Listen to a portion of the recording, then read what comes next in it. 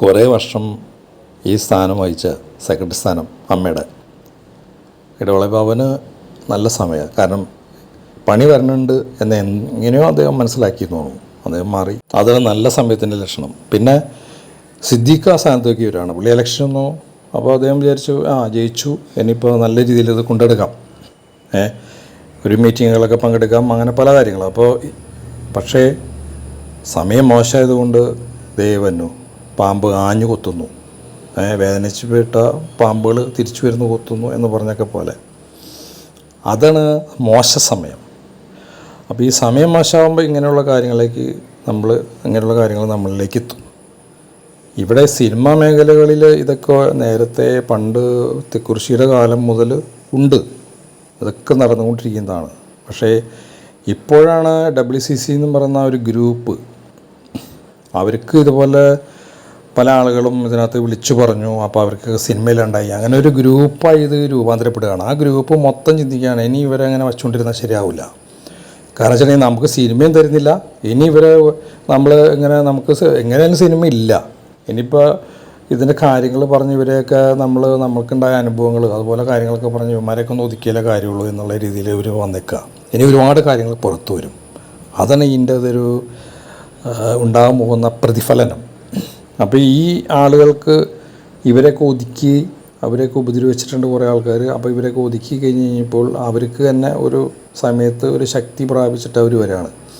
ഇനിയിപ്പോൾ ചിലപ്പോൾ ഇവർക്ക് ഒക്കെ സിനിമ കിട്ടും. കാരണം വെച്ചിട്ടുണ്ടെങ്കിൽ ഈ ഒതുക്കി കുറേ ആൾക്കാർ ഉണ്ടല്ലോ, ഒതുക്കിയ ആൾക്കാർ വെച്ചിട്ടുണ്ടെങ്കിൽ ഈ മറ്റേ ഗ്രൂപ്പ് എതിർ ഗ്രൂപ്പിൽ പല ആളുകളും ചിന്തിക്കും, ഇനി ഇവരെ അങ്ങനെ വിട്ട് കഴിഞ്ഞാൽ നമുക്കെതിരെ വീണ്ടും ശക്തി പ്രാപിക്കാം, അതുകൊണ്ട് ഇവർക്ക് വിളിച്ച് സിനിമ കൊടുക്കാം, അതാണ് നല്ലത്, ഏറ്റവും നല്ലൊരു മരുന്ന് ഇതാണ് എന്നുള്ള രീതിയിൽ ഇനി WCCനെ ഒതുക്കാൻ വേണ്ടി ചിലപ്പോൾ കുറേ ആളുകൾ ഇവർക്ക് സിനിമ കൊടുക്കും.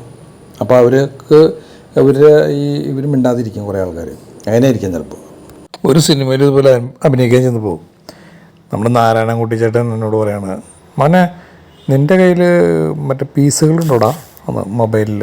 അപ്പം ഞാൻ പുള്ളിയെടുത്ത് പറഞ്ഞു, അപ്പോൾ പുള്ളി എന്നെ കാണിച്ചിട്ടാണ് പീസിൽ. അപ്പം ഞാൻ പറഞ്ഞു, ചേട്ടാ ഇതൊക്കെ എൻ്റെ മൊബൈലിൽ ഞാൻ കൊണ്ടെടുക്കാറില്ല, കാരണം എൻ്റെ മൊബൈലൊക്കെ പല ആൾക്കാരും നോക്കുന്നതാണ്, അതുകൊണ്ട് ഞാൻ അങ്ങനെയൊന്നും കൊണ്ടെടുക്കാറില്ല, അങ്ങനെ കാണാൻ ശ്രമിക്കാറില്ല. അയ്യടാ നീ ഒരു മനുഷ്യൻ, എന്നെ കളിയാക്കാണ്.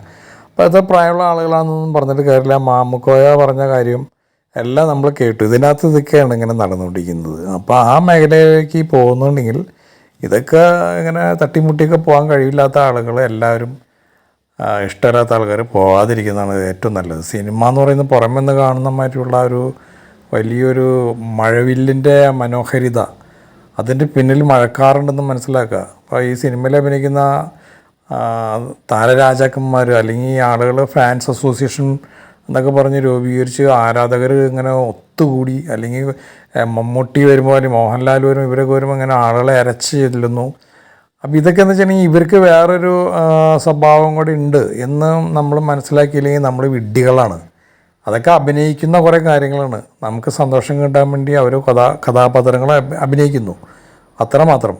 അല്ലാതെ അവരൊന്നും അതുപോലെ ജീവിക്കുന്ന ആളുകളായിട്ട് ജനങ്ങൾ കണ്ടിട്ട് അവരെ ആരാധിക്കുന്നത് വളരെ വിഡ്ഢിത്തമാണെന്നാണ് ഞാൻ പറയുന്നത്.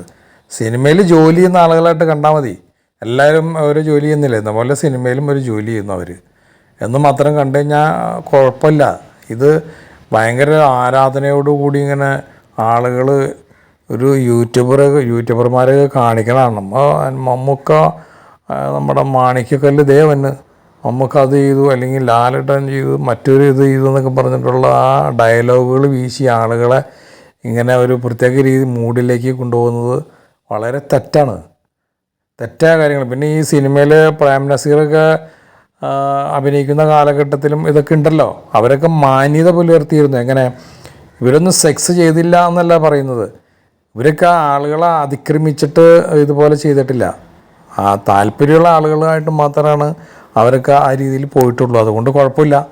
ഇവിടെ താല്പര്യമില്ലാത്ത ആൾക്കാരെയൊക്കെ ഈ പ്രായമുള്ള ആളുകളടക്കം അവരെ സെക്സ് സംബന്ധമായി സംസാരിച്ച് അവരെ ആ രീതിയിലേക്ക് ആക്കാൻ ശ്രമിക്കുകയാണ്. അപ്പോൾ അവർക്ക് ഇഷ്ടമല്ല അത്, എന്നിട്ട് ഇവരെ അതുപോലെ ആക്രമിക്കുകയാണ്. അപ്പോൾ അവർക്ക് വിദ്വേഷം ഉണ്ടാവും. ഇഷ്ടമില്ലാതെ ഒരാൾ അവിടെ ചെല്ലുമ്പോൾ അവരോട് ഈ രീതിയിൽ വിദ്വേഷം ഉണ്ടാവും. അതാണ് ഇവർക്കൊക്കെ ഇപ്പം സംഭവിച്ചിരിക്കുന്നത്. ഇതുപോലെ ചെയ്ത ഒരുപാട് ആളുകൾ ഈ നമ്മുടെ ഇൻഡസ്ട്രിയിലുണ്ട്. അവർക്കൊക്കെ പണിയാവും. ഇപ്പം ഈ പെൺകുട്ടികളൊക്കെ ഇനിയിപ്പോൾ പുതിയ പുതിയ ആളുകൾ വന്ന് ഇങ്ങനെ ഹൈലൈറ്റ് ചെയ്തുകൊണ്ടിരിക്കുകയാണ്. അപ്പോൾ പഴയ പല ആളുകളും ഇതുപോലെ വരാൻ തുടങ്ങും. വരാൻ തുടങ്ങുമ്പോൾ ഇതിനകത്ത് ഒരുപാട് ആളുകളുടെ മുഖംമൂടി അഴിഞ്ഞു വീഴും.